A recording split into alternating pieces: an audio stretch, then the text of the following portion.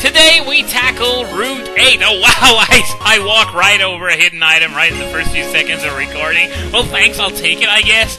So yeah, today we're going to take on Route 8, which is just east of Iciris, and continues the whole swampland theme that Iciris established.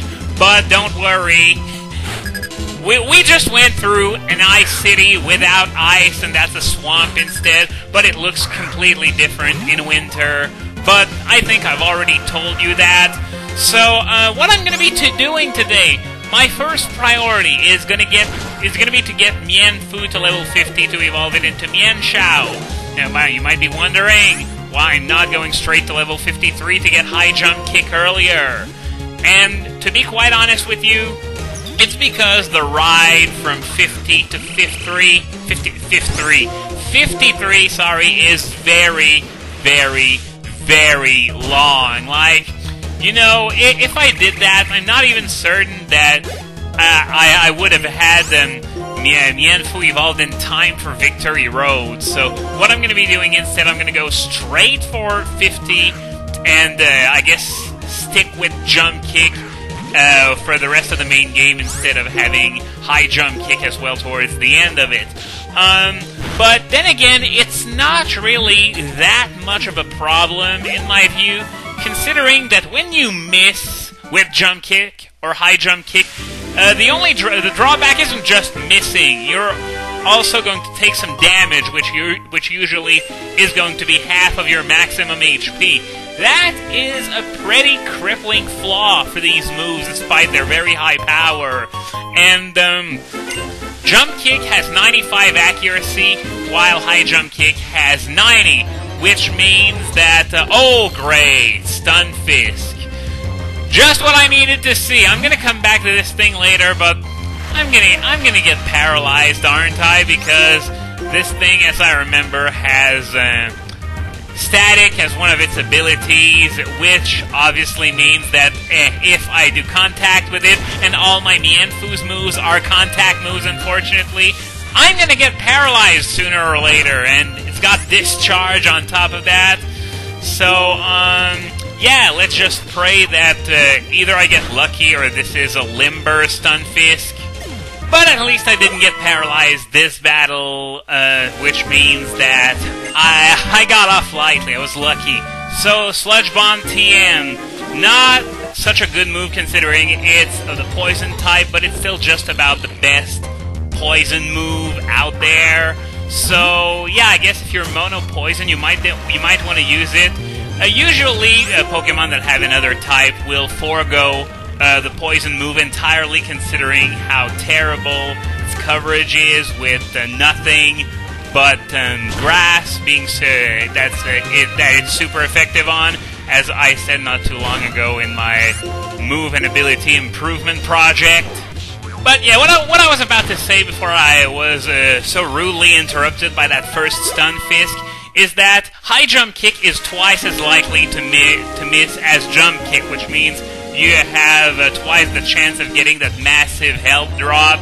So this is why I'm not going to shed a tear over, you know, passing up on High Jump Kick, at least for the time being.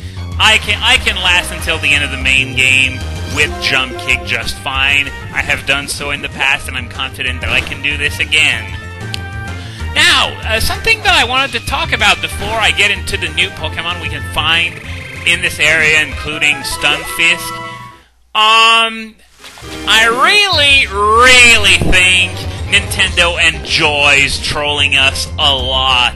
Because, I just read on Bulba Garden that, they were going to have, over in Korea, a Kanto starter event, and the starters will each have their respective elemental hyper beams, but beyond that, their other 3 moves will be brand new.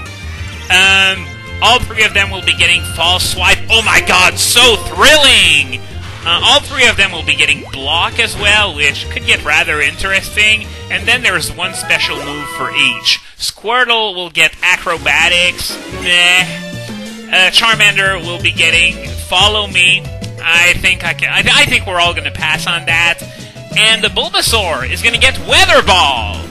And if you remember, Venusaur is one of the prime abusers of Sun in the current metagame. In fact, it's probably the best of them right now because of, well, maybe not the best, but its stock greatly improved in Black and White 2 since Giga Drain is now legal with Chlorophyll. So you'd think Weather Ball would be a natural fit on Venusaur, considering Hidden Power Fire is already bog standard on most of its sets, except for one small problem. These Pokemon, these event Pokemon, do not have their Dream World abilities. So only Overgrow Venusaur will have access to Weather Ball, which would have otherwise been a significant upgrade over Hidden Power Fire, of course.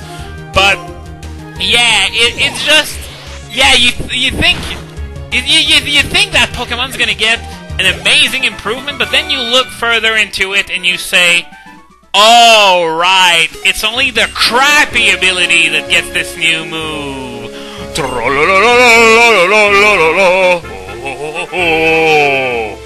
So, moving on to the new Pokemon we can find in this area. Well, actually, I'm going to begin with the new one we found near Dragon Spiral Tower, which is Mienfoo. Evolves into Mienshao, as I've mentioned multiple times. Mienshao is, to be perfectly honest with you, my favorite fighting type, because it's already quite strong, very good attack, access to High Jump Kick and Drain Punch, but it's also, I wouldn't say deceptively bulky, but, you know, yeah, it's as bulky as you're going to get from a Pokemon whose defensive stats don't even total 200.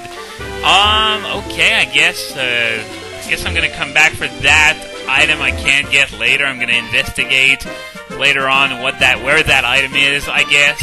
But for now, as I was talking about Mienshao, its ability of Regenerator that really puts it on the map. Otherwise, it would probably be a fairly unimpressive fighting type, but thanks to Regenerator, it's a lot better. And Regenerator, I don't think I need to mention this, but it's also compatible with U-Turn, which is why I was so hasty to give it to my own Mienfoo.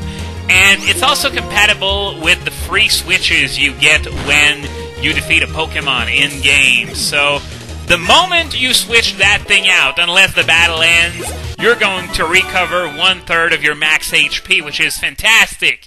Now, pair that with Drain Punch. If you want to go that route competitively, that's fine. Some will advocate High Jump Kick. Others will say Drain Punch. Others will say go for both, you know, like I'm doing right now in-game. If you're in-game, I strongly suggest that you go for both. High Jump Kick for power and Drain Punch for the HP recovery. So yeah, its main draw for me is the fact that it's quite powerful. It's also deceptively bulky because of all those dirty tricks, which are even more effective in-game if you ask me. And it's also quite fast. It's got that 95 speed, so it's in that speed bracket competitively where, you know, it's not quite fast enough, but still over... Oh, you gotta be kidding me! I'm gonna fall asleep? Should have gone with Psychic in retrospect. That wasn't very smart to go with Air Slash, considering Psychic would probably have killed it anyway. But seriously, I send Sigilif in, it uses Yawn, so, you know, Air Slash has 95 accuracy, so I have a 95% shot at killing it.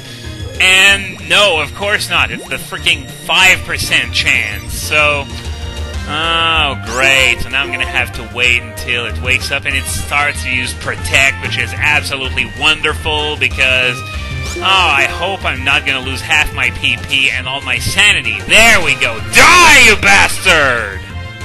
So, was I done with Mienshao? I think so, so how about we move on to Stunfisk, that thing we encountered earlier. Stunfisk! The first thing you're going to notice is that it looks really awkward. Because I have no other words for it. I can't say if it's absolutely terrible or absolutely amazing. It's, you know, in terms of design, Stunfisk is to Pokemon what Tommy Wiseau is to acting, you really, really want to hate them because of how bad they are. But at the same time, the way they're bad has a certain charm to it, and oh great, now I'm gonna have to switch out. Just really not, I'm not lucky at all this video. Thank God I'm fighting weak trainers and not, you know, gym leaders or, God forbid, post-game trainers with their maddeningly high levels. So, yeah, as I was saying, Stunfisk is one of those so bad it's good Pokemon in terms of design. At least in my opinion, you can believe that, you know, it's so bad it's bad or so good it's good, and, you know, it's perfectly fine. I don't want to start another argument the way I did with Garbodor and Vanillux. But, yeah, as for its strength in battle, well, there are a few things that set it apart from obvious, well, what you could categorize as joke Pokemon. Namely, the fact that it has some amounts of stats going for it. It's really, really bulky. It's got average special attack, but a pretty solid move pool to go along with it.